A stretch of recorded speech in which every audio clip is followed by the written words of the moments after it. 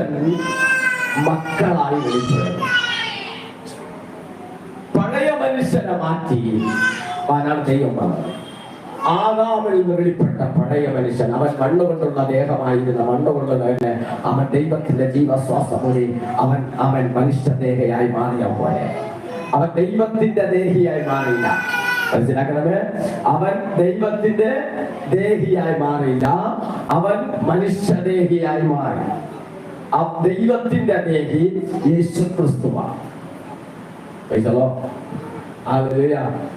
അത് നിങ്ങൾ വായിച്ചാൽ യോഹന്നാൻ 10 നിങ്ങൾ ദേവന്മാരെന്നും ഇങ്ങനെ കാണുന്നതാണ്. ദൈവത്തിന്റെ വചനം അനുസരിക്കുന്ന ദേവന്മാരെന്ന് പറയുന്നു. യോഹന്നാന്റെ ദിനം പറഞ്ഞിരിക്കുന്നു.